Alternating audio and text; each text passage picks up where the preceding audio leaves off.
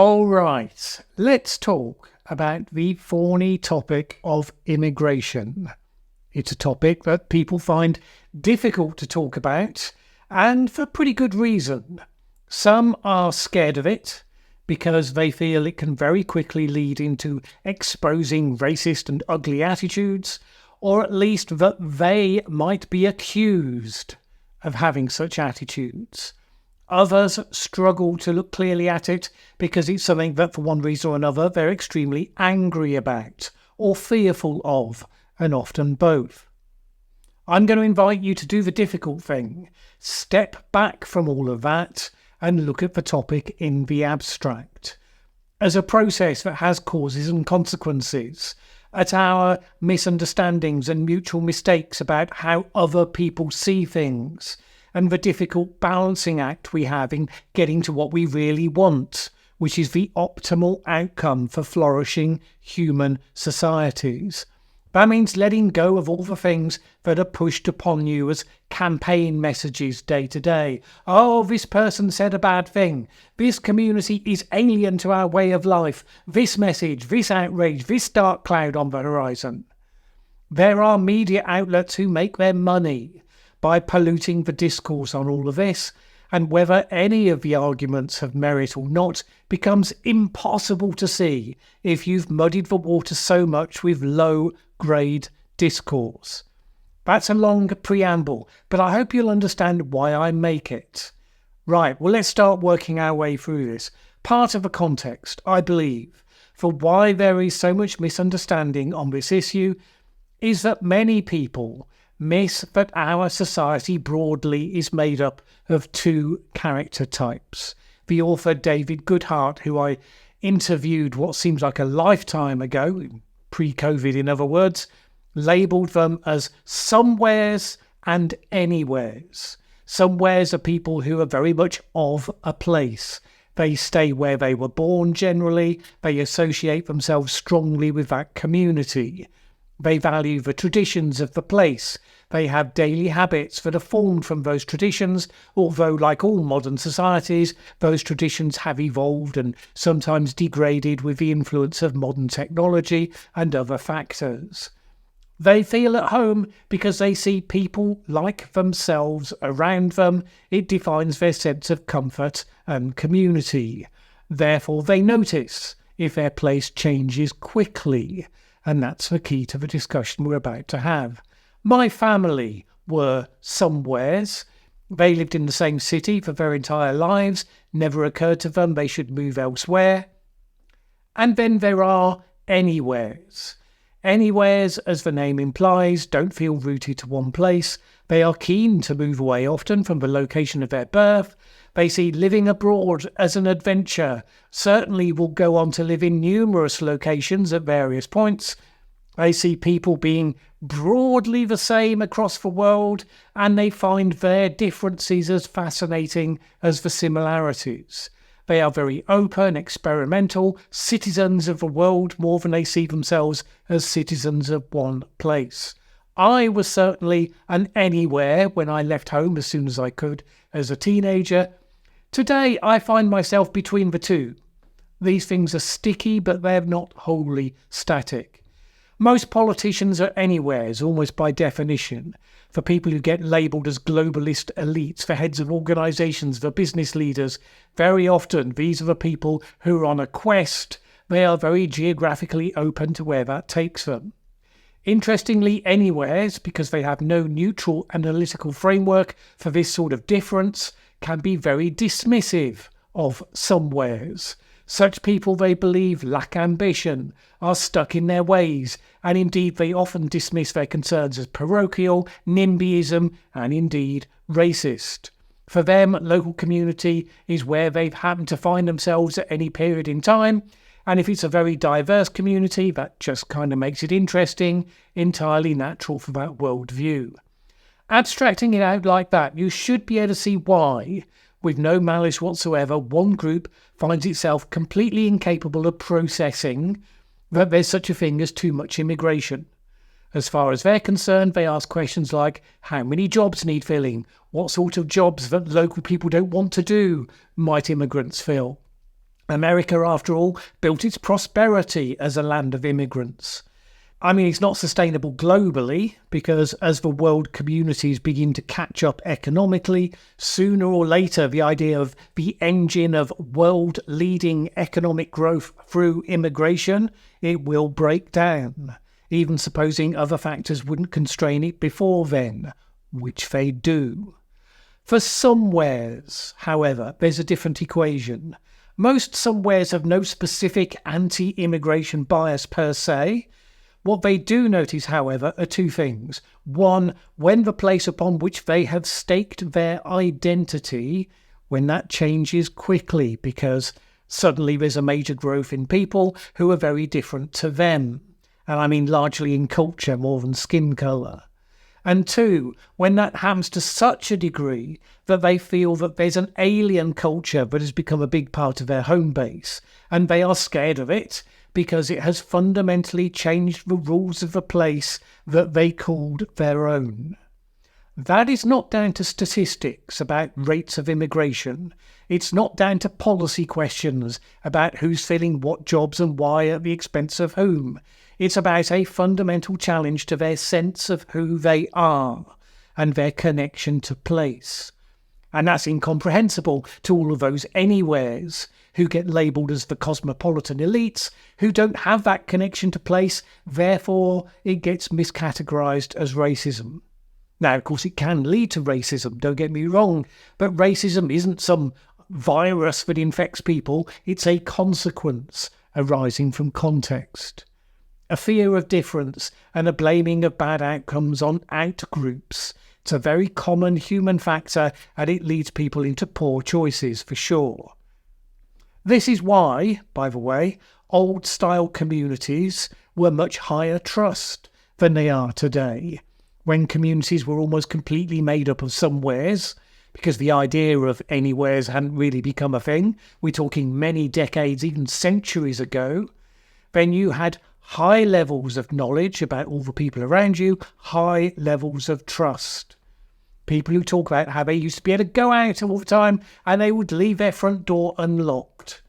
Seems like a bizarre and fantastical concept today, but that was what a high trust community looked like. There's no doubt that what we know about societies around the world, those that are most homogeneous and most stable in terms of incomers, they tend to be higher trust, which is a thing we can certainly look at as a thing of value. However, as easy world travel and instantaneous global communications have become a thing accessible to more and more people, that was always going to change. So the thing that used to be the default, just because of the nature of the limits of what people could aspire to, now that has become the thing where we have to make policy decisions based on trying to achieve the best outcomes, whilst having two groups of people who mutually completely misunderstand each other. That's the scope of the challenge. So that sets our context. Where does that take us? In 2015, 2016, we saw some of the challenges writ large across Europe. In particular, the war in Syria and problems elsewhere led to 1 million people arriving in the EU. They came to a political philosophy in many of the countries that was open and welcoming to asylum seekers, that held that only racists would have problems with a relatively open borders policy. But the large inflow started to create obvious problems, and it was one of the starkest examples of where the globalist anywhere perspective of those in charge meant they simply denied the existence of those problems for way too long. Because yes, if you had large numbers of particularly young men coming into a country from cultures where attitudes to women are very different to those in the host country, and those men are all ghettoised together and not properly integrated into the receiving culture, guess what? You're inevitably going to have problems, and so they did. And of course, there are those who politically then jump on those problems, who amplify them, who promote all the hateful messages, the fear of which was why the other side refused to allow discussion of the issue at all. There was a time of hard lesson learning in the aftermath of that episode. Largely lessons were at least partially learned, and many of those European nations are a little more pragmatic and wiser about the impacts of large-scale immigration, and that doesn't mean the challenges have gone away, as they're only too well aware. In the UK, we have reality and perception, and as always, the two are often only vaguely related. Because the tenor of the tabloid papers, the opportunistic populists such as the Farages and the Bravermans, people are very convinced that illegal immigration is a huge problem facing the country. If you look at the actual rates of immigration into the UK headline figure, it has certainly been at a peak in recent years, reinforcing that impression. In 2022, 1.3 million people entered the UK as migrants, which is a large part of why concern around immigration amongst UK voters is back to the levels they were at back during that crisis moment of 2016, which of course was answered then by the vote for Brexit. In fact, though, of that 1.3 million people, only a tiny fraction, 46,000, arrived illegally via the route that got all the attention, boats across the Channel. Overall, asylum seekers only accounted for 1 in 12 immigrants to Britain from outside the EU, which means that the majority of migration to the UK is made up of people paying for visas to work and study under the post-Brexit points-based immigration system. People arriving on boats is very visual. That's really the only reason they get the attention they do, but it's not the main thing. What about crime rates? Do all those inbound immigrants lead to rise in violent crime that some would have you believe? There is no correlation with violent crime. Recent years of higher immigration have coexisted with a 4-decade low in violent crime, according to the Office for National Statistics. A study by Brian Bell of King's College London in 2013 found that there were slightly higher rates of theft and burglary amongst asylum seekers, but these were at the same level of native populations if you looked at poorer communities. In other words, disadvantaged communities of each type stole stuff more than people who were doing relatively well, which is a bit of a no-brainer. Legal migrants, the 11 out of 12, were likely to be paying taxes. Because they were younger, they were less likely to be using the health service. And obviously, some of them even ended up running the health service. 20% of doctors, 33% of nurses. That's the national picture. And when those anywheres who are in charge of political parties and institutions look at those stats, they say, see, the idea that this is a problem is a myth. And for many people across the country, there is currently no problem. Their towns, their cities change only slowly over time for all sorts of reasons, not so fast that they feel at all alienated from their own environment. But some places have changed very fast. And the biggest complaints come from areas where immigration happened decades ago, when it was not considered important to try to get any sort of assimilation into the host country's culture and values. So you ended up with ghettos of communities where people had gathered together. Pakistanis in Birmingham and Bradford and elsewhere, Bangladeshis in East Ham, Indians in Leicester, for instance. And what started to really bother people was where they got the sense that these communities were importing their own culture into the UK, trying to impose their idea of law, their values, turning once familiar locations into unknowns, even in some places perceived as no-go areas. And you marry that to the realities of terrorism based on radical Islam, and apparent large support for the perpetrators of radical Islam amongst some of those communities, like those in Bradford who were burning Salman Rushdie's book 30 years ago, for example. And then you have the basis for a downward spiral, where different communities become distrustful of each other based on mutual dislike and miscomprehension. They start keeping score, and every miscreant who outrages the other, however unrepresentative of their community they may be, it gets added to the tally of scores to be evened one day. And you get myths spread that are about othering people, and that can lead people to believe there's a need to, as we've been hearing in recent weeks, reclaim the streets. So how do we get out of this? The first thing is to recognise that there is a level of immigration beyond which it becomes destabilising. That you can only maintain, if not high trust societies, because those went with modernity for lots of reasons, then reasonable trust societies. You can only maintain those if the majority of incomers assimilate to the receiving culture. If you choose to live in Japan or in Italy or Argentina, you should expect to have to do that. And so it should be of people who come to the UK.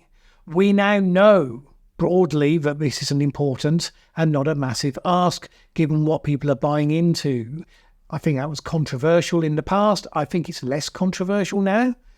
I have no idea what the level of what is a sustainable level of immigration would be, but it seems reasonable to suggest that it has been too high in recent years, and some of the consequences, not the riots led by actual thugs, those have not been local communities rioting on their own behalf, for all the propagandists would have you believe otherwise, but there have been consequences, and those build over time. Arguably, this is a problem that is going to be eased in the coming years. It'll never be solved because human beings seem incapable of nuance and self-regulation. I suspect we're condemned to bounce between extremes of one sort or another as one group or the other gains ascendancy. But that's human beings for you. But by an accident of timing and good fortune, I think new Prime Minister Keir Starmer is going to see this issue reduce in importance for a while on his watch. For one thing, he follows a complete shambles of a government, where you had Theresa May promising to reduce net migration to the tens of thousands, only to fail as numbers went up, all the way to then Rishi Sunak pledging that stopping the boats would be a central test of his leadership, promising to send lots of asylum seekers to Rwanda, failing on both scores while spending an awful lot of money in the meantime. Labour's policies for dealing with the asylum seekers seem to be relatively sane in comparison, at least at first glance. They say that they will hire 1,000 more caseworkers to process the backlog of 80,000 asylum cases, those that are the ones that have been backed up and hence put into expensive accommodation in asylum hotels, often in deprived communities where their existence became something of a bone of contention. That in itself would reduce costs of the asylum system and the sense of a system out of control. On legal migration, Labour is coming in kind of at the right time. Net migration, having hit record highs in 2022, is expected to begin dropping fairly dramatically. Oxford University's Migration Observatory estimates figures will be down to 350,000 per year by 2030, thanks to reductions in the number of overseas students, higher salary thresholds already introduced for skilled workers, and the banning of care workers bringing over dependents. In due course, Starmer will be able to claim successes without actually having had to have made any of the tough choices, and thereby riling his largely anywhere-dominated party. That still leaves challenges with the existing ghettoised communities and tensions particularly around stark cultural differences, particularly obviously around Islamic communities, where we need to move beyond the black and white, the labelling of anyone who sees that there's a problem as being an Islamophobe, to one where we can talk sensibly about national cultural norms. It leaves challenges as well with the fact that one segment of our community, younger white men, feel currently left out and undervalued and are doing quite badly in some parts of the country. For lots of reasons, largely not to do with immigration, but that becomes one of the things they can easily be encouraged to blame their situation on. In some ways, that's a whole separate video in itself. But it's worth noting that in 2013, when there was a spate of riots in just some of those communities, working class white communities, the unemployment rates are worse there today than they were back when they rioted then. Clearly, we have not succeeded in helping some of the most underprivileged people in our country to find their way to better outcomes, which leaves them vulnerable to the opportunists seeking recruits for stupidity. That is unfortunate, because blaming others for your predicament is not how communities historically build themselves out of deprivation. It's arguably the exact opposite of what they need. That is a problem for the new government, one that is not conveniently solving itself. But back to immigration specifically. In principle, the healthiest outcome would be if we could start to understand better, without fear, hatred, or political ideology, how this process works with human societies that just want to live good lives in their communities. That we now live in a world where some of us want to move, to experience the difference to be found in other places, the authentic local cultures that are different to our own, but to realise as well that those local cultures are built by the somewheres amongst us, whose needs and concerns can't be ignored. Indeed, if they are ignored, will destroy those very local cultures that others want to experience.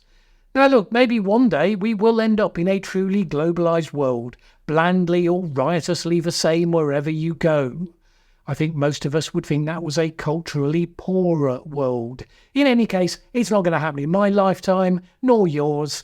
And in the meantime, there is no reason for us to be incompetent or stupid in managing our changing societies to make them better than they feel they are today.